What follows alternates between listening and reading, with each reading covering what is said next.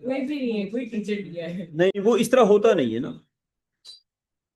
अब बीच में तो बंदा इस तरह नहीं आ सकता। पेरे में नहीं आते थे। वो मुझे पहले से पता था, उसने जितना वो इररिस्पॉन्सिबल है ना, सही बात। उसको चलाने के लिए कोई बंदा टीचर चाहिए। कोई बच्चा अगर ग्रुप में लिंक भेज दे, कोई बच्चा अगर ग्रुप में लिंक भेज दे। हसन कल आए नहीं हो फिर? चलो कोई बात नहीं, मैं भी कुछ काम ही कर रहा था इसलिए मैंने हैं?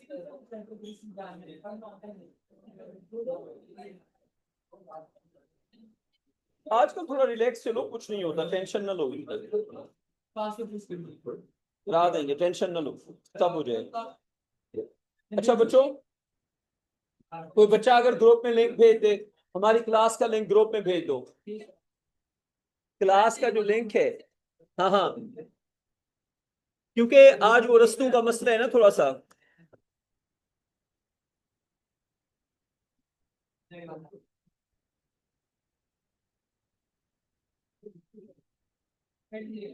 भेज दिए, चलें। बच्चों, टाइम काफी गुजर चुका है तो आवाज ना करो। हेडिंग दो आज का टॉपिक। बेटा बस आवाज ना है मुझे, आवाज ना है मुझे, आवाज नहीं।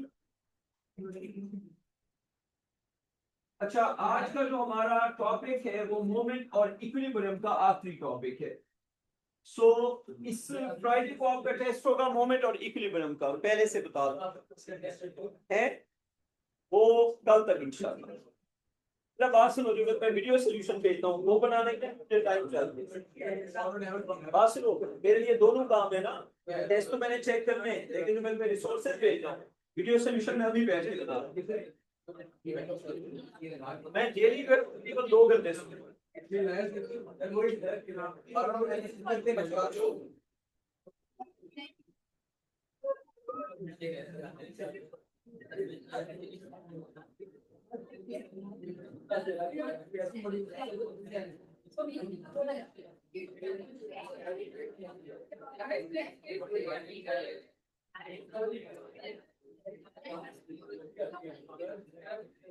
बच्चों आवाज ना करो, आवाज नहीं बेटा, बेटा आवाज नहीं बोर्ड पे। मोमेंट एंड इक्विलिब्रियम, आज का टॉपिक है torque of couple. Torque of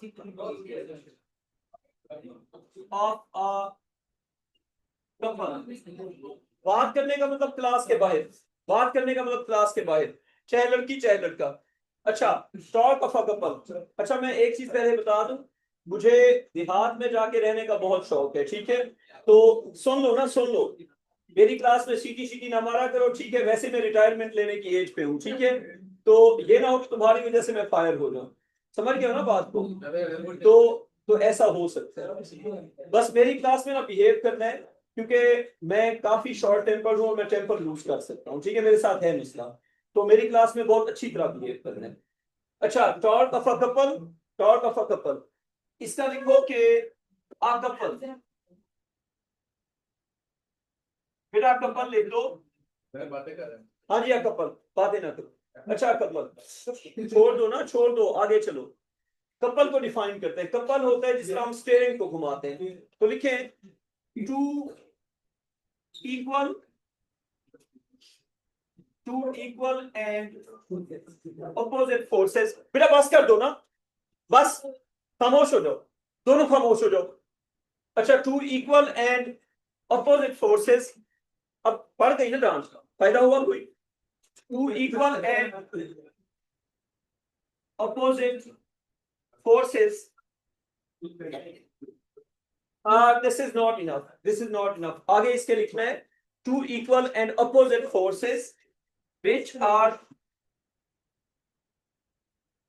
not in line। अच्छा, अगर इन लाइन होगी फिर कपल नहीं होगा, इन लाइन नहीं होनी चाहिए, लिखते जाओ two equal and opposite forces which are not in line such that such that such that their resultant force is dash and resultant moment is dash, ये सारी बात लिखनी है। कपल को जब भी डिफाइन करेंगे, अच्छा अभी हम टॉर्क ऑफ कपल को डिफाइन नहीं कर रहे, कपल को डिफाइन कर रहे हैं। They are two equal and opposite forces which are not in line, in line नहीं होनी चाहिए। their resultant force is zero या non zero, their resultant force is zero, their resultant force is zero and their resultant moment is non zero। पहले आपने पहचानना है कि couple होगा या नहीं होगा, दोबारा बात ना करना, मुझे कहना भी ना पड़े। अच्छा क्वेश्चन लिखो, which of the followings, warning नहीं दूंगा अब फॉर द होल ईयर। अगर बच्चे ने बात की क्लास के बाहर होगा, कोई वार्निंग नहीं होगी। यहाँ पे बेशक 2 बच्चे भी रह जाए, मुझे फर्क नहीं पड़ेगा। सो अगर बात की तो क्लास के बाहर कोई वार्निंग नहीं है। Which of the followings, which of the followings make a couple, आपने बताना है कि कपल है या कपल नहीं है। नंबर 1, ये ऑब्जेक्ट एक फोर्स यहां पे और एक फोर्स यहां पे, हाँ जी, इसको कपल कहेंगे या नहीं कहेंगे? नहीं कहेंगे। वजह, they are not parallel, they are not parallel. तो इसके नीचे लिख लो not a couple, not a couple since, वजह भी बताएंगे ना, since forces are not parallel, it is not a couple since forces are not parallel. आगे चलते हैं। नंबर 2, आसान ये तुमने बताना है जल्दी, ये कपल होगा या नहीं होगा? जल्दी बेटा। हसन, कपल होगा या नहीं होगा? अहमद, कपल होगा या नहीं होगा? नहीं होगा। वजह बताओ क्यों? Because the forces are in line. तो लिखेंगे not a couple because the forces are in line, in line नहीं होनी चाहिए। तो लिखेंगे नॉट अ कपल सिंस, बेटा मैं मना कर चुका हूं, बेटा सामने देखो, मैं मना कर चुका हूं। आप नीचे देख के बात करें तो भी बात सुनाई दे रही होगी। ये लास्ट वार्निंग है, दोबारा वार्निंग नहीं दूंगी। अच्छा, not a couple since forces are in line. अगर फोर्सेस इन लाइन होंगी फिर कपल नहीं होगा। आगे आ जाओ। This object and the two forces are, this is force F and the angle of this force with this line is theta. This is force F and the angle of this force with this line is theta. अब बताओ ये couple होगा या नहीं होगा? It is a couple। और couple होने की रीजन क्या बताएंगे? रीजन क्या बताएंगे? Forces are equal, forces are opposite, forces are हाँ not in line, forces are equal, opposite, एक पॉइंट पैरेलल का भी ऐड कर सकते हैं। Forces are equal, they are opposite, they are parallel but not in line, so a couple, so a couple। हो गई बात। अच्छा, अब कपल का जो मोमेंट होता है, लिखो net moment of a couple is called. जी बेटा आप बताओ। ये अगर फोर्सेस ऑब्जेक्ट में तब नहीं होगा कपल। आप कह रहे हैं कि अगर सेम डायरेक्शन में हो फिर नहीं होगा कपल। हो गया बेटा। अच्छा अब आगे चलते हैं। अब लिखिए net moment of a couple, net moment, net moment of a couple is called, couple का जो नेट मोमेंट होगा, net moment of a couple is called torque, is called torque of the couple। और इसका कोई symbol भी होगा? बिल्कुल होगा। and it is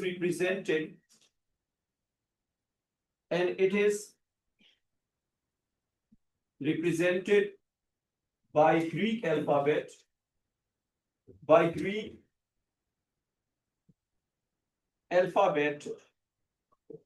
ये सिंबल।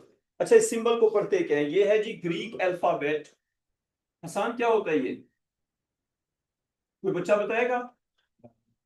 अरबी के कायदा में अलिफ मदा था ना, ये टॉ होता है बेटा, tau tau TOU tau. So Greek alphabet tau, Greek alphabet जी टॉ, ठीक। इसको क्या पढ़ते हैं? टॉ।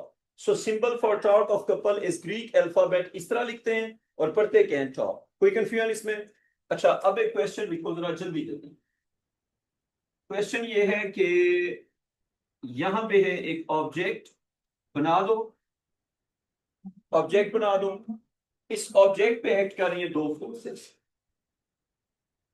एक फोर्स है यहां पे F और एक फोर्स है यहां पे, और ये भी है F, and you can see that कि इट्स अ कपल, ठीक है, it's a couple.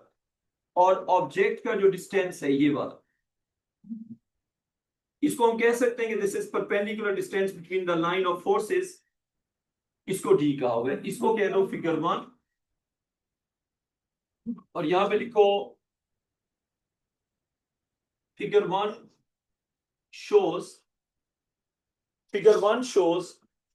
a couple। अच्छा, अब अगर आप में से किसी बच्चे से पूछे कि फोर्सेस की टर्म्स में कपल क्या होता है, तो आप कहेंगे two forces which are equal, opposite, parallel but not in line, they cause rotation without having any resultant force. Figure 1 shows a couple acting on an object। Question का first part लिखो label the pivot, आपने pivot label करना है। मेरा phone है किसी और का है? बंद कर देते हैं। तुम्हें फोन बंद करना आता है एंड्रॉइड वाला? कर दो बंद। हाँ, मुझे नहीं आता, मुझे असल में नहीं आता। अच्छा देखो, लेबल द पिवट, ये मैं मजाक नहीं कर रहा, कसम से मुझे नहीं आता। अच्छा बच्चों, लेबल द पिवट, उसको भी नहीं आता, फिर हो जाता है। Thank you so much. अच्छा बच्चों, label the pivot P on figure 1।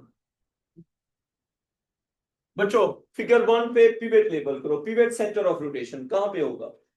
जहरी सी बात है, सेंटर पे होगा ना। जब ये ऑब्जेक्ट रोटेट करेगा तो कहां पे होगा? पिवट सेंटर पे। So this is the pivot, P is the pivot. कोई कंफ्यूजन इसमें? जब ये दोनों फोर्सेस उसको रोटेट करेंगी तो पिवट कहां पे बनेगा? बिल्कुल सेंटर पे बनेगा। क्वेश्चन का लिखे सेकंड पार्ट। सेकंड पार्ट में आपने ये लिखना है कि शो दैट, आपने शो करना है क्या? Torque of the couple, show that torque of the couple, आपने ये शो करना है, show that torque of the couple is F times D। आपने ये प्रूव करना है कि टॉर्क ऑफ कपल क्या होगा? F times D। और आप सीधा फॉर्मूला नहीं लिख सकते, उसने कहा शो दैट, तो आपने वर्किंग से शो करना है। अब जरा बोर्ड पे देखो बच्चों, बोर्ड पे देखो, मुझे बताओ राइट वाले F का मोमेंट क्लॉकवाइज होगा या एंटी क्लॉकवाइज? राइट वाले F का मोमेंट होगा क्लॉकवाइज, ये घुमाएगा क्लॉकवाइज। आसान, ठीक है। राइट वाले F का मोमेंट क्या होगा? क्लॉकवाइज। लेफ्ट वाले F का मोमेंट क्या होगा? क्लॉकवाइज या एंटी क्लॉकवाइज? क्लास में मैंने अगर किसी का फोन देख लिया तो मैं वापस नहीं करूंगा। क्लास में अगर मुझे कभी भी कोई भी फोन नजर आया, मैं वापस नहीं करूंगा। फोन या तो पॉकेट्स में या बैग में, सामने नजर आया वापस नहीं होगा। अच्छा, ये हो गया क्लॉकवाइज। अच्छा, अब आ जाएंगे लेफ्ट साइड पे। लेफ्ट साइड पे भी होगा क्लॉकवाइज। इसका मतलब हुआ कि दोनों मोमेंट्स हो गए क्लॉकवाइज, ठीक है। अच्छा एक और बात, पिवट से दोनों फोर्सेस का डिस्टेंस क्या होगा, डी या हर एक का होगा d/2। जैसे ये डिस्टेंस कितना हो जाएगा जल्दी से बताओ, ये डिस्टेंस हो जाएगा d/2। आसान डिस्टेंस तो पिवट से लेंगे ना, तो ये डिस्टेंस हो गया d/2।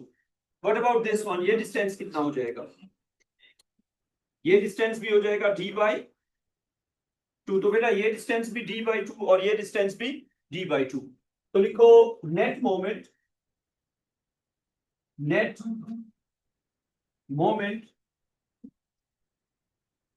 About the pivot, net moment about the pivot. उसी नेट मोमेंट को हम कहते हैं टॉर्क ऑफ कपल, उसी नेट मोमेंट को हम कहते हैं torque of couple. So net moment about the pivot, that is called torque of the couple. इसको हम यूं लिखेंगे, क्लॉकवाइज मोमेंट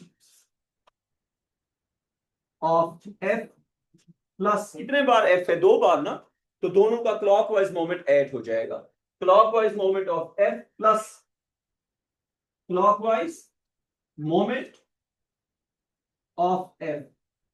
हसन ये मैंने क्लॉकवाइज मोमेंट ऑफ एफ 2 बार क्यों लिखा है, जल्दी से बताओ हसन, 2 बार क्यों लिखा है, क्योंकि इसका प्लस इसका, clockwise moment of this F plus clockwise moment of this F, तो वो बन जाएगा हमारे पास एफ टाइम्स कितना डिस्टेंस है पिवट से, d/2, और प्लस इसका भी कितना डिस्टेंस है, d/2। अगर हम इन दोनों में से एफ को कॉमन ले लें तो क्या आ जाएगा, F times d/2 plus d/2, क्या बन जाएगा, F times d/2 plus d/2 d/2। हो गया प्रूफ। अच्छा अब इस सारी चीज को अगर हम वर्ड्स में लिखते हैं तो वर्ड्स में हम ये लिख सकते हैं कि है torque of couple.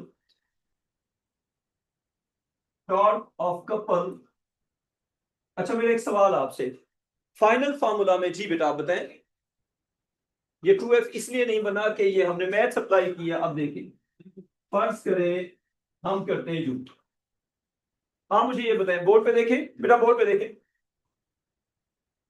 xy/2 plus xy/2, इसका मुझे आप आंसर बताएं।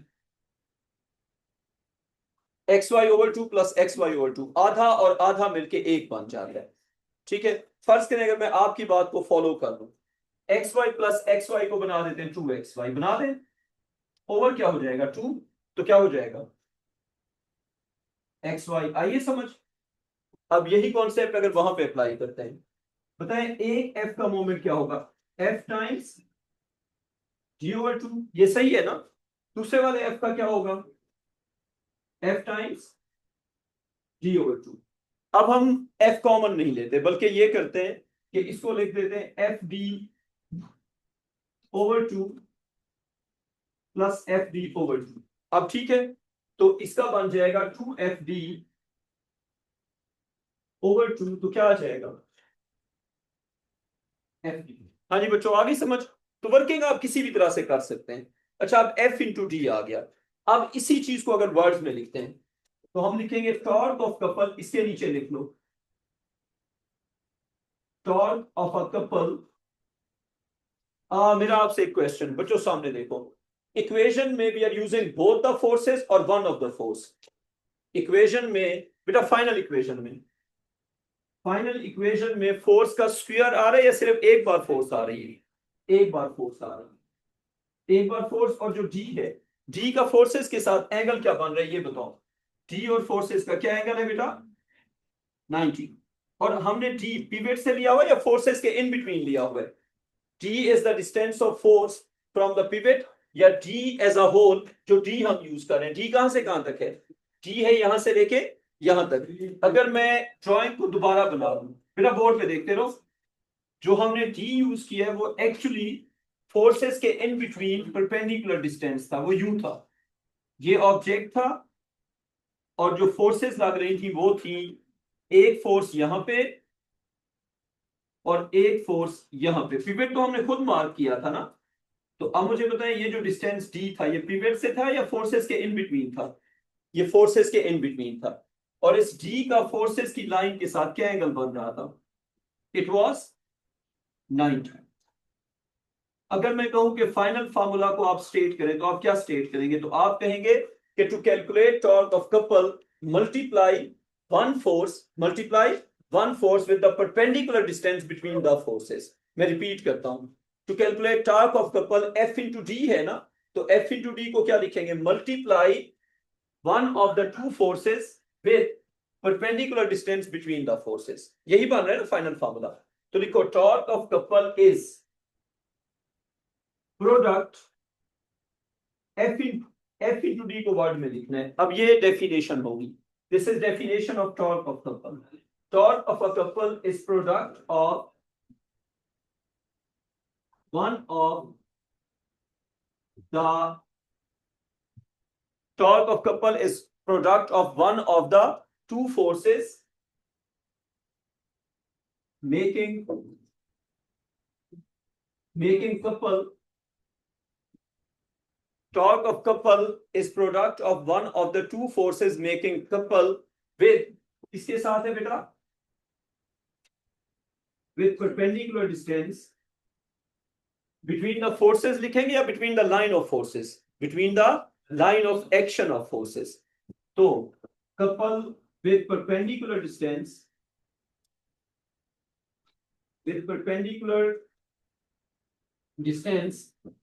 between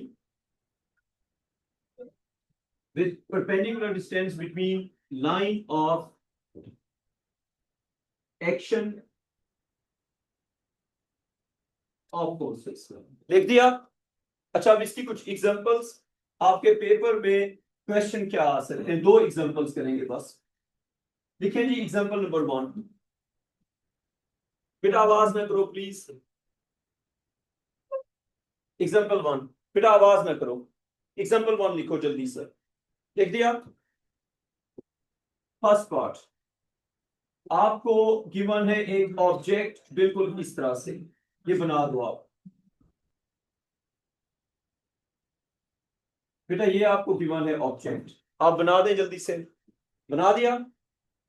अच्छा, अब इस ऑब्जेक्ट पे यहां पे एक्ट कर रही है एक वर्टिकल फोर्स, बिल्कुल वर्टिकल, और उसके ऊपर वर्टिकल लिखा हुआ भी है। So this is a vertical force, this is a vertical force. और ये जो वर्टिकल फोर्स है ये है यहां पे एक्ट कर रही है, इसको एफ कहा हुआ है। ठीक, बनाते जाओ। Vertical force F. यहां पे एक और फोर्स एक्ट कर रही है, वो भी वर्टिकल है लेकिन अपवर्ड्स है। So this is also F, it's vertical. अच्छा, अब आपने ये एंगल जो है, ये एंगल इधर से, ये एंगल समझ आ रहा है कौन सा है? उसके साथ वाला के जो एंगल है ये है थीटा, और जो ये एंगल है ये भी है थीटा। कॉपी कर दिया? वहां पे एफ थीटा, वहां पे एफ थीटा। थोड़ी नीट करके बना भी आ रही है ड्राइंग समझ?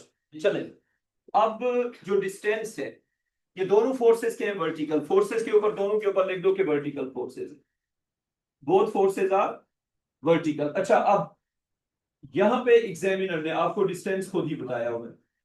This distance is D, this distance is D. Question का फर्स्ट पार्ट थोड़ा तेज लिख लें।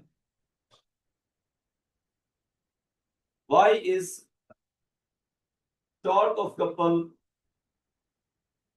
not F into D? ये हसान बताएगा answer. Why is torque of couple not F into D? हाँ जी बच्चों, क्या आंसर होगा? Why is torque of couple not F into D? Because D is not। तो लिखो इसका आंसर। आंसर क्या होगा? Since D is not perpendicular, since D is not perpendicular to F। बेटा गिवन डिस्टेंस D जो है वो F के साथ परपेंडिकुलर नहीं है, फोर्सेस के साथ परपेंडिकुलर नहीं है। क्वेश्चन का लिखो second part, perpendicular distance between forces,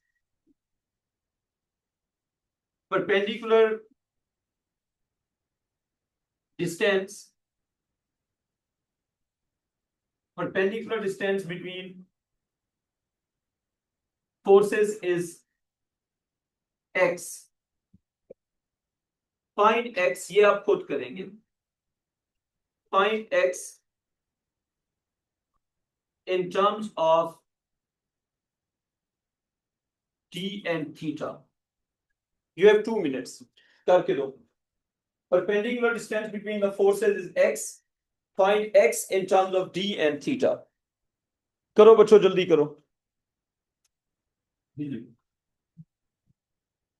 worksheet तो मोमेंट वाली जाते हो लोग देखो वर्कशीट मेरी गाड़ी में करूंगी.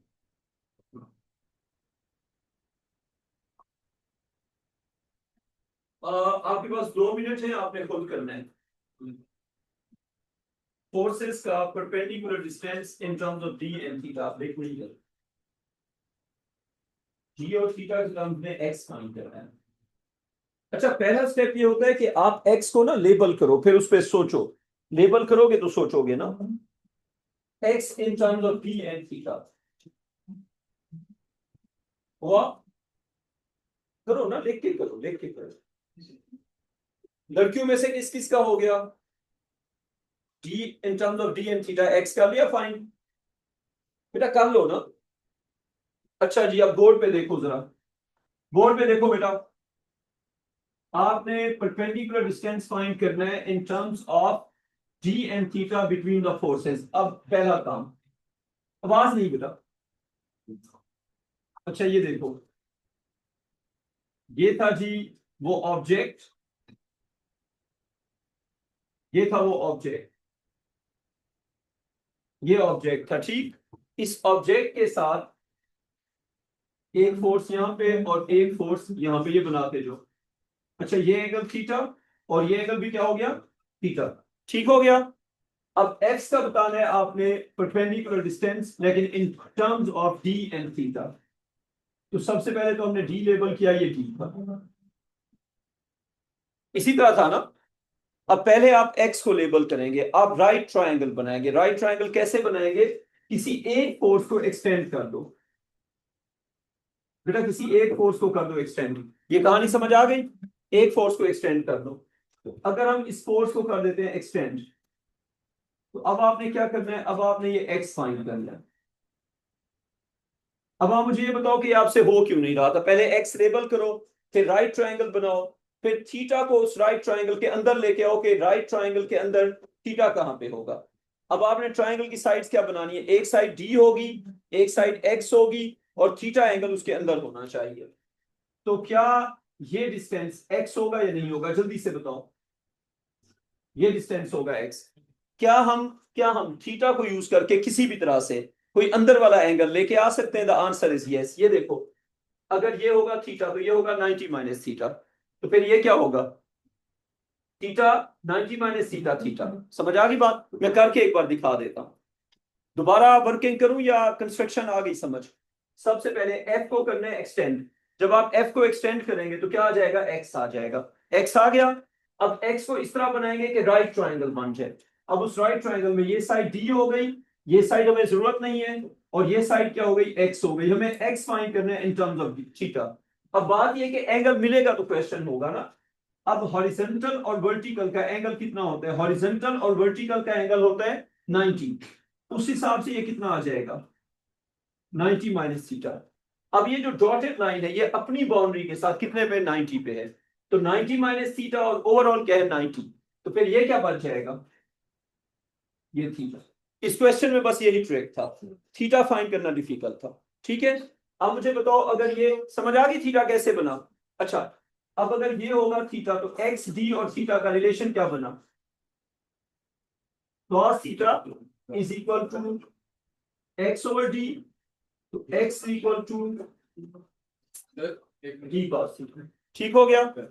बताओ. रुक गए. देखो x हो गया d cos थीटा. अब टॉर्क ऑफ कपल क्या होगा? टॉर्क ऑफ कपल होगा, लिखो बच्चों, बेटा आवाज ना करो please. Torque of couple is equal to F times अच्छा अभी उसने ये नहीं पूछा, अभी तो उसने कहा जी और थीटा के फॉर्म में एक्स लिखो, वो लिख दिया हमने। अच्छा अब लिखें क्वेश्चन का थर्ड पार्ट। थर्ड पार्ट ये है कि state torque of the couple, state torque of the, That torque or literally क्या फर्क है? कोई फर्क नहीं है। इसमें torque- अगर अगर अगर दो forces as a couple act करती हैं तो उसको टॉर्क ऑफ कपल कहते हैं, फॉर नो रीजन Moment नहीं है।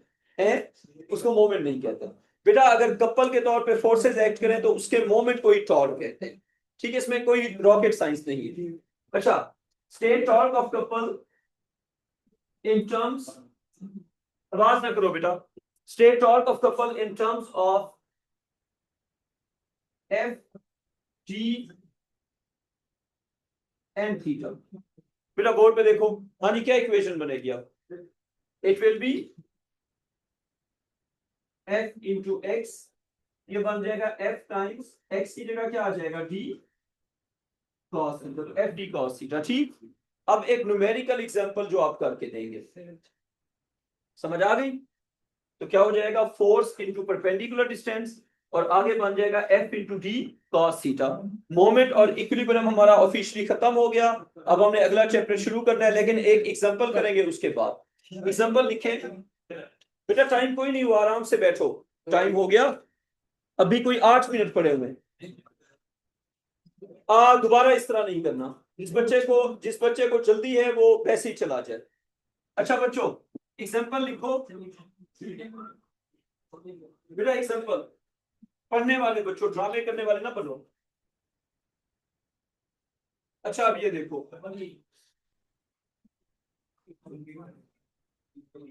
ये एक न्यूमेरिकल एग्जांपल है जो आप करके देंगे, यू कर ले,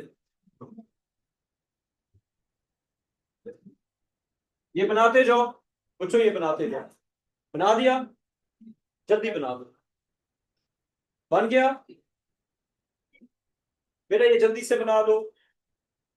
अच्छा अब जी जी ये एग्जांपल है जो आप मुझे करके देंगे, ये फोर्स है 1000 न्यूटन और यहां पे ये फोर्स भी है 1000 न्यूटन, ये एंगल है 45 डिग्रीज और ये एंगल भी है 45 डिग्रीज, और इसका जो आपस का ये वाला डिस्टेंस है ये है 200 सेंटीमीटर। कितना डिस्टेंस है ये वाला, 200 सेंटीमीटर। अब लिखो क्वेश्चन का first second third part. First part, what is the net force. Question का second part, what is value of torque of the couple. हाँ जी, इस बच्चे का हो जाए, मुझे चेक करो, आपने खुद करना है। नेट फोर्स तो 0 हो गई ना, नेट फोर्स हो जाएगी बेटा 0, और टॉर्क ऑफ कपल आप कैलकुलेट करेंगे। So main thing is perpendicular distance. अच्छा फर्ज करें अगर कोई बच्चा परपेंडिकुलर डिस्टेंस फाइंड नहीं करना चाहता तो फोर्सेस को रिजॉल्व भी कर सकते हैं। अगर आपने परपेंडिकुलर डिस्टेंस फाइंड नहीं करना तो आप फोर्सेस को रिजॉल्व कर लें, वो भी चलेगा, परपेंडिकुलर डिस्टेंस भी चलेगा, फोर्सेस को रिजॉल्व करना भी चलेगा। करो जल्दी करो, FD लगाना है। एफ डी लगाना है, लेकिन जी नहीं आएगा ना, ये परपेंडिकुलर नहीं है। बनेगा। जिसका हो जाए चेक करा दो बेटा, ये नहीं है ना परपेंडिकुलर, कपल तो है, FD लग जाएगा। तो लग जाएगा, तो डी कितना होगा, कर दिया।